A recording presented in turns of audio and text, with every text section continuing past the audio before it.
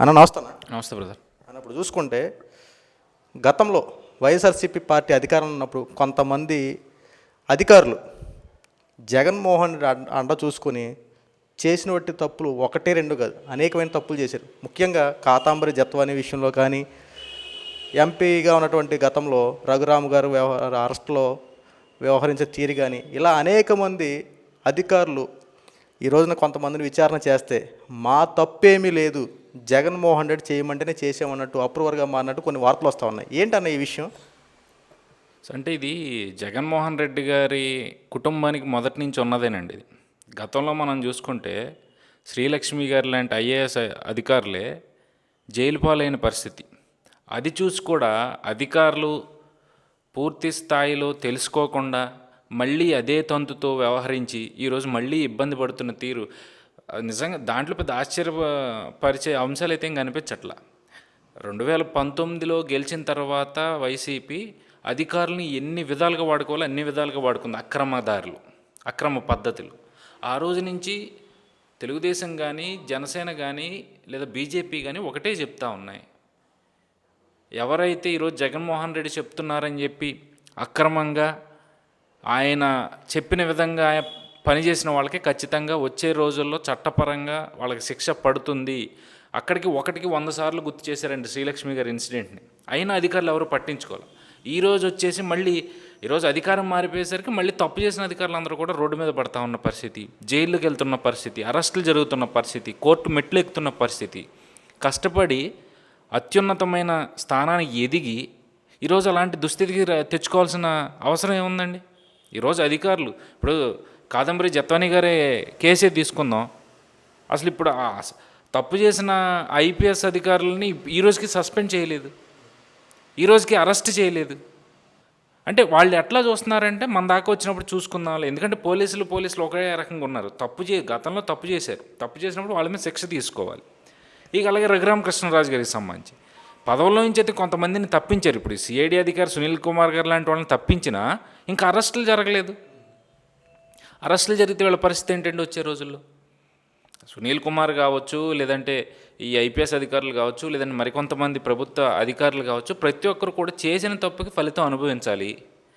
మరి ఆ ఫలితం అనుభవించే టైం వచ్చేసరికి వీళ్ళ నోట్లో నుంచి అందరూ ఎక్స్పెక్ట్ చేసినవే వస్తున్నాయి. ఆ రోజు జగన్మోహన్ రెడ్డి గారు చెప్పారు, మేము చేసాము అంతే. ఆయన చెప్పారు, ఆయన ముఖ్యమంత్రి పదవిలో ఉన్నారు కాబట్టి ఆయన చెప్పారు, మేము చేసాము, ఇందులో మా తప్పేం లేదని చెప్పి ఈరోజు తప్పించుకునే సాకులు చెప్తా ఉన్నారు. జగన్మోహన్ రెడ్డి చెప్పినా, లేదా వాళ్ళ ఇంట్లో వాళ్ళ తాతగారు రాజారెడ్డి గారు చెప్పినా అధికారులకి అధికారం ఉన్నది ఎందుకండి? చట్టపరంగా, న్యాయపరంగా, రాజ్యాంగపరంగా ఎవరైనా తప్పు చేస్తే ఆ తప్పుని వీటన్నిటికీ అనుగుణంగా స్పందించాలి. లేదా తప్పు చేయలేదా అసలు వాళ్ళ జోలికి వెళ్ళకూడదు. కానీ ఇక్కడ అన్నిటికీ విరుద్ధంగా రాజ్యాంగాన్ని తొంగలో తొక్కేసి, చట్టాన్ని మీకు చుట్టంగా మలిచేసుకుని, న్యాయాన్ని ఎవరికి దక్కనివ్వకుండా చేసేసి జగన్మోహన్ రెడ్డి చెప్పారని లేదా విజయసాయి రెడ్డి చెప్పారని చెప్పి చేసుకుంటా పోతే ఇంకా మీరు ఆ పదవిలో ఉన్నదానికి అర్థమేముంది చెప్పండి? ఈరోజు సర్లే అని చెప్పి జగన్మోహన్ రెడ్డి చెప్పారని చెప్పి వదిలేశారే అనుకోండి, రేపు అనే రోజు మళ్ళీ అదే జగన్మోహన్ రెడ్డి చెప్తారు, చేస్తారు. ఈరోజు వదిలేస్తే రేపు మళ్ళీ చేరన్న నమ్మకం లేదు కదా. సో ఇలాంటి వాళ్ళని ఖచ్చితంగా శిక్షించాలి. ఈరోజు కోర్టులు ప్రధానంగా ఈ అంశం మీద ఎక్కువ ఫోకస్ చేయాలండి. వీళ్ళు చేసే తప్పులు ఏవైతే ఉన్నాయో, ఈరోజు జగన్మోహన్ రెడ్డి చెప్తే చేశాను అని చెప్పి వీళ్ళు చెప్తా ఉన్నారు కదా. ఒకవేళ అలాంటి పరిస్థితి ఈ కూటమి పార్టీలో ఉందనుకోండి, వాళ్ళకే అదే శిక్ష వేయండి, ఎవరు వద్దనరు. ఇప్పుడు తప్పు చేసిన వాడిని శిక్షిస్తే ఎవరు అడ్డం పడరు. తప్పు చేయని వాడిని శిక్షిస్తే మాత్రం ప్రతి ఒక్కళ్ళు ప్రశ్నిస్తారు. గత 5 ఏళ్లలో కూడా విచ్చలవిడిగా పరిస్థితులకి వ్యతిరేకంగా, ప్రజలకు వ్యతిరేకంగా ఎన్నో ఇబ్బందులు పెట్టారు. అసలు రఘురామకృష్ణరాజు గారి అంశం చూడండి. ఆయన ఎంపీ అండి, సిట్టింగ్ ఎంపీ. అలాంటి వ్యక్తిని అరెస్ట్ చేసి హడావిడిగా స్టేషన్కి తీసుకెళ్ళి, అది కూడా సిఐడి పోలీసులు అరెస్ట్ చేసి లోపల సెల్లో పెట్టి కాళ్ళు వాచిపోయేలాగా కొడితే, నన్ను కొట్టారు బాబో అంటూ కూడా ఆయన మొత్తుకుంటే, అవి గాయాలు కాదు, ఆయనకి చర్మవ్యాధి ఉంది అని చెప్పి డాక్టర్లు కూడా ఈరోజు ఆయన అంశంలో ఆ డాక్టర్లను కూడా వదలకూడదండి. ఎందుకంటే తప్పుడు రిపోర్ట్ ఇచ్చినప్పుడు డాక్టర్ని వదిలేస్తే రేపు మనిషి ప్రాణం మీదకి వచ్చాక కూడా అలాంటి రిపోర్ట్లు ఇస్తే ఎవరండి సమాధానం? దానికి ఎవరు రెస్పాన్సిబిలిటీ?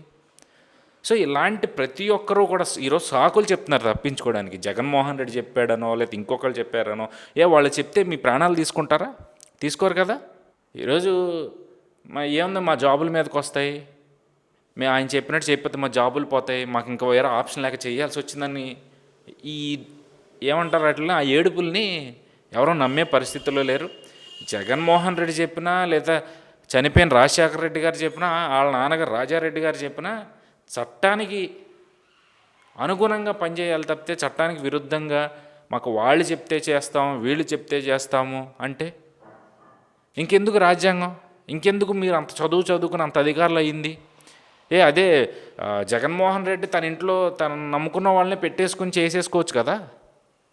మీకు ఒక చట్టపరమైన రాజ్యాంగబద్ధమైన పదవిలో కూర్చోబెట్టినప్పుడు దానికి అనుగుణంగా చక్కగా ప్రజలకి మంచి చేసే విధంగా మీరు మీ సహకారం ఉండాలి. అంతేగాని ప్రభుత్వం తప్పుడు నిర్ణయం తీసుకుంటుంటే దానికి సపోర్ట్ చేసుకుంటా, ప్రభుత్వం చేస్తున్న దాన్ని ఆపకుండా వాళ్ళకి మళ్ళీ మీరు ఒత్తాసు పలుకుతూ వాళ్ళు ఏ పని చెప్తే ఆ పని చేయడం ఎలా తయారైపోయారంటేనండి. మనం కొన్ని సినిమాల్లో చూస్తాం కదా, పోలీసు పై అధికారులు కానిస్టేబుల్తో ఇళ్ళకి కూరగాయలు కొనిపించి పట్టుకెళ్ళి ఇచ్చే ప్రోగ్రాంలు మనం చూస్తుంటాం కదా. ఈరోజు జగన్మోహన్ రెడ్డి కానీ లేదా వాళ్ళ నాన్నగారి సమయంలో కానీ ఐఏఎస్ ఐపీఎస్ అధికారుల పరిస్థితి అలాగ ఉందండి. ఇంట్లో కూరగాయలు కొనిచ్చి ఇచ్చిరమ్మంటే ఇచ్చొచ్చే పరిస్థితికి వచ్చారు. మళ్ళీ ఈరోజు ఆయన చెప్తే చేసాం. ఎవరు చెప్పినా ఏం చేసినా మీకు అనేది ఒక రూల్ ఉంది, ఒక రూల్ ఆఫ్ లా ఉంది, ఒక పద్ధతి ఉంది. ఆ పద్ధతి ప్రకారం నడుచుకుని ఆ పద్ధతి ప్రకారమే మీరు మీకు ఇచ్చిన ఆ ఉద్యోగానికి న్యాయం చేయగలిగితే ఎవరు కూడా ఈరోజు ఇంత డిస్కషన్స్ పెట్టాల్సిన అవసరం వచ్చేది కాదు. ఆ కోర్టుల ముందుకెళ్ళి మీరు అలా ప్రాధాయపడాల్సిన పరిస్థితి కూడా వచ్చేది కాదు. వాళ్ళు చెప్తే చేసాం, వీళ్ళు చెప్తే చేసాం. ఈరోజు అంతిమంగా ఎవరు చెప్పింది చేసినా ఫైనల్గా ఎవరు లాస్ అయ్యేది? మీరే కదా.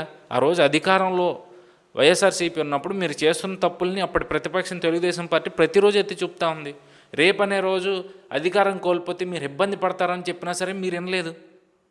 మీరు విన్నప్పుడు ఈరోజు జాలి చూపించాలి, ఈరోజు మాకు ఎగ్జామ్షన్ ఇవ్వాలి, జగన్మోహన్ రెడ్డి చెప్పాడు కాబట్టి చేసామని చెప్పి మీరు కోర్టుకి చెప్తే కోర్టులు ఎలా నమ్మేస్తాయి అనుకుంటున్నారు? ఆ రోజు ప్రతిపక్ష పార్టీలు వాటి పని అవి చేసినాయి.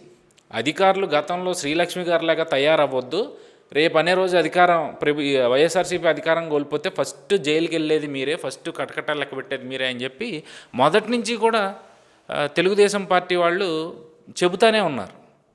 సో ఈరోజు వాళ్ళ వంతు వచ్చింది. మీకు అక్కడ కళ్ళ ముందు తప్పు కనపడతా ఉంది.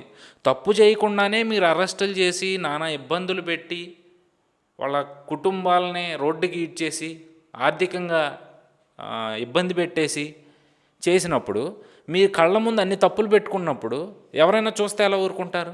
మీరు చేసిన తప్పుని ఖచ్చితంగా ఈరోజు కోర్టుల ముందు నిలబెట్టారు.